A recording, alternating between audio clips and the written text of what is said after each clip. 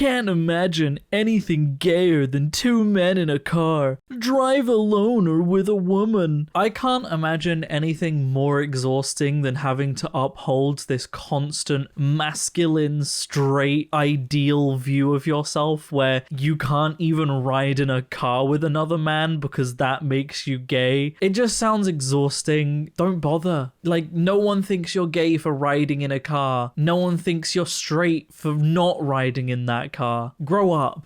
Special thank you to my YouTube members and patrons for supporting the channel and supporting my content.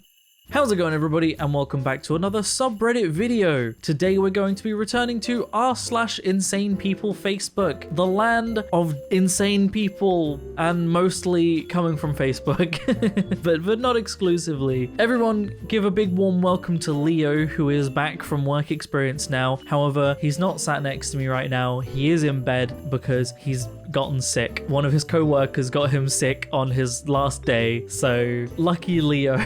So he's in bed. Right, let's get into the subreddit, shall we? The #1 cause of death is listening to your doctor. The healthiest people I know don't go to the doctor, ever. The sickest ones I know go all the time. Well, yeah, that's generally how being sick works.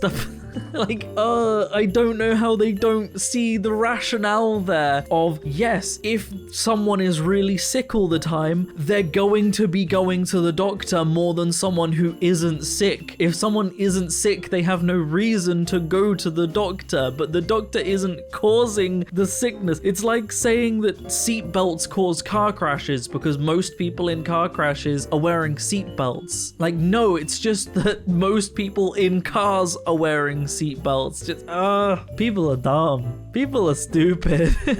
Today at the grocery store, a nice young man offered to help with my cases of water. I told him he must be a good Christian guy, and he told me he was an atheist. I immediately felt a cold demonic being in the parking lot. I've been praying and rebuking the devil since, but he still got me in fear that demon jumped on me. I need all prayer warriors to join me in rebuking this devil back to hell. I know God says to fear not, but I'm afraid. Man, I cannot understand having the mindset of, oh, someone helped me, therefore they must be Christian. And if they're not Christian, then the only reason they would be helping you is to infect you with the devil. It can't just be that good people exist in all walks of life and that people will just help you because it's the right thing to do and not because they have any religious motivation to do so. No. It must be that he's got the devil in him and it's all a ploy.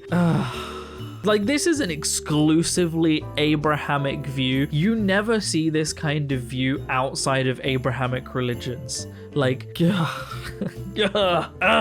this is the design that an airplane needs to reach a top speed of Mach 32. So if you believe this thing is able to reach a maximum speed of Mach 23, you're not thinking clearly. Now, obviously, the context that they've removed from this picture is that this is a picture of the space shuttle landing. Here's a picture of the space shuttle when it's taking off, right? When it's got two giant rocket thrusters strapped to it that are bigger than the shuttle itself, full of fuel, and also the fact that it's leaving the atmosphere. It no longer needs to worry about air resistance once it's out of the atmosphere. Like, you don't need to build something to put up with wind resistance when it's not going to be experiencing wind resistance. The plane on the top, right, was designed to reach the speed it can reach efficiently. It also reaches that speed by shifting air, not by blasting rocket fuel out of it. The other one was designed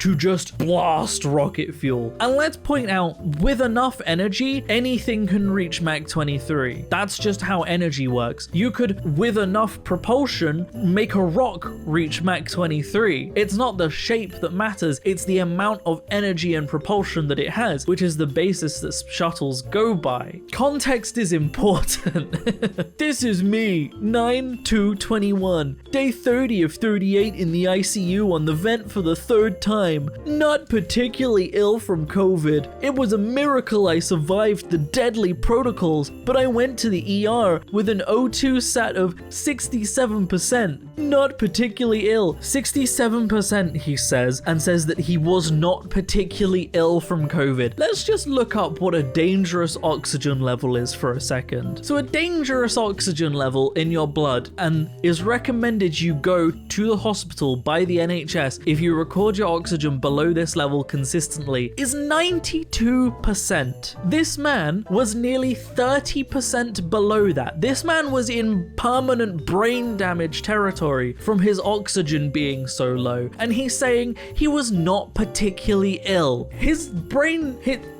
he was getting no oxygen. 67% is incredibly dangerously low for your blood oxygen to be at. Like, oh my gosh. And he's blaming the hospital, which saved his life when his oxygen was at 67%. They saved his life and got his oxygen back up, and he's blaming them for nearly killing him when he went in with a blood oxygen level of 67% from COVID. That's insanity. That's real insanity. If you were that worried, buddy, you should have stayed at home. Stay at home with a blood oxygen level of 67% and see what happens. You would die. Man, I genuinely feel sorry for medical workers and the fury that they must feel when they put so much work into saving people's lives for that person to accuse them of almost killing them. This dude was almost dead. He was saved by medical workers and then blamed them for it. Not only is this insane behavior, but it's actually fucking despicable behavior. It's really fucking gross. This dude does not deserve the work that medical workers put into saving him. Seriously. My daughter is joining the Navy. They're requiring all kinds of jabberdoos. Does anyone know how to, or if there are exemptions that can be acquired? I'm scared. Right, I've got multiple layers to break down on this one, okay? The first one is that yes, the US military requires jabs, and in fact jabs that aren't FDA approved because they're more likely to encounter a lot more dangerous things than normal people are, okay? They have to have jabs for things like anthrax, which can actually cause them to pass out. They have to be like looked after getting given a lot of these jabs in case they have reactions, because they're more likely to experience things like anthrax, and that's just a normal part of joining the military. But also, I really need to point out that if you think that there is something wrong with vaccines, if you think that public vaccines are killing people, what reason would the US have to give those to their military? Like, so many of these conspiracies are like, oh, it's all an experiment and they're experimenting on the people and blah blah blah blah blah. But like, the military is the one force that the United States wouldn't want to test that on. They would want them to be at peak performance. So like, why would they be killing their own military with jabs? They wouldn't. That makes no sense. So like, if there's one thing you can be sure of, it's that if the military are being given a COVID vaccine, then it's probably safe for people because they need the military to be at peak performance. The only reason they give them extra vaccines is because they need to, because they probably will encounter or at more risk of encountering things like anthrax and dangerous diseases. The Republicans are traitors to America and democracy, with a picture of the insurrection. America is a constitutional republic, not a democracy, says Michigan GOP. It's incredible how quickly Republicans have switched from one, the coup was staged and actually Democrats and Antifa. They've switched from that. They're not saying that anymore. But also switched from saying like the election was stolen and Trump deserves to win to it's not actually a crime that we tried to steal the election. Like, they've switched so quickly from like, we didn't try and steal the election, we were trying to get what's rightfully ours, to it's actually okay that we were trying to stage an insurrection because it's not really a democracy. And I think that really says everything you need to know about Republicans and their parties. The fact that this was the actual Michigan GOP that tweeted this as well, like, says everything you need to know. They're trying to normalize fascism and dictatorships, and they're trying to remove democracy from the people. That's what they're trying to do, and that can't be allowed to happen. My 9-year-old is severely dehydrated and just vomited outside of Polly on our way to the monorail. She's shaking and achy. If she requires medical attention, what do we need to do? Well... Obviously, your child is severely dehydrated, vomiting, and very ill, so the first thing you should do is go to Facebook and not talk to a professional. Like Disney World, I'm guessing they're in Disney World considering they posted this to the Disney World Facebook group. Maybe look for any of the hundreds of staff that work in Disney World and go, my child is sick and needs help. Can you help me? Instead of posting it on Facebook and hoping that someone answers. It's just lacking in that like solid decision making from the start. Breaking news. Serpent DNA discovered in corona vaccine is turning newborns into snakes. A mother is shocked when she discovers her newborn has been transformed by liberal serpent DNA, and the baby will now be sacrificed to the devil by Sleepy Joe and his cabal. Don't get the vaccine, and please pray for this poor little angel that's now burning in hell for being an abomination against the Lord. Amen. Okay, I'm gonna need someone in the audience to tell me what movie that picture comes from, because it's very, very clearly CGI. Like, there is no doubt in any way that that is a CGI image, because it is. You can tell just by looking at it. But also, so many things to break down here, okay? They constantly do this whole like, oh, Joe Biden is a Satanist thing, but like, he's far more a Christian than like, say, Donald Trump was, right? Who these people worship as the God savior, like, but also, that's not how DNA works. You can't just turn children into snakes by injecting their mums with snake DNA. That's not how that works. But also,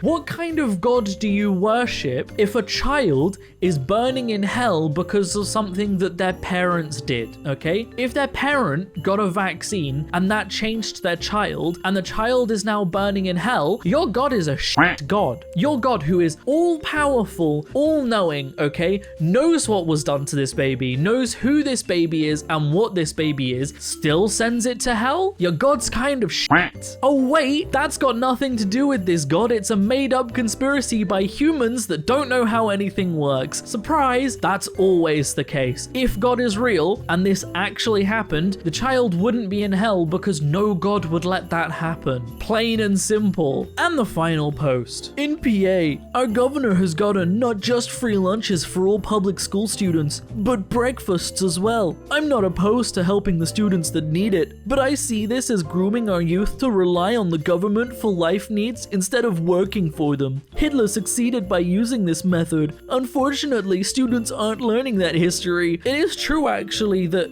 stuff like Hitler's rise is being undertaught in American schools, but that's a strictly Republican issue because they're the ones removing those books from schools. But also, I've said this in a previous video, this isn't teaching kids to be reliant on the government because the kids were never the ones buying their lunches in the first place. It was their parents' money. This makes no difference to a child. It helps the parent. The parent was paying anyway. Also, right, teaching children to rely on the government and not work for things. A child is required by law to be in that school and to work. If you don't call that working, what else do you call it? They're working for that food. Why does anyone think it's okay that a child be required to be in a place by law and to not feed that child? If a child has to be somewhere, that child should be given the amenities to survive in that place. Food is a must. If a child is forced to be in a school, that child should be given food by the school and by the law that forces them to be in that place. It's not the child's responsibility to feed themselves. They're a child. Anybody that has this mentality of, oh, it's just teaching kids to rely on schools, or in a previous video, it's spoiling kids and making them spoiled and all of that. Anyone with that kind of mentality should not be working with or near children at all. They shouldn't even have children. This is what leads to that one woman on YouTube and TikTok taking away her children's privilege to food and starving her children. That's how that starts.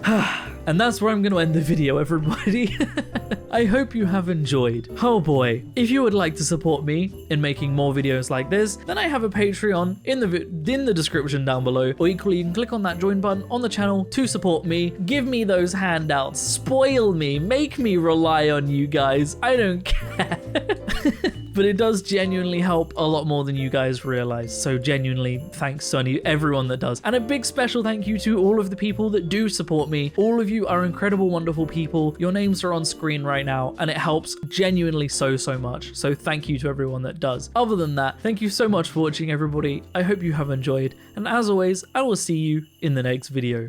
Peace out.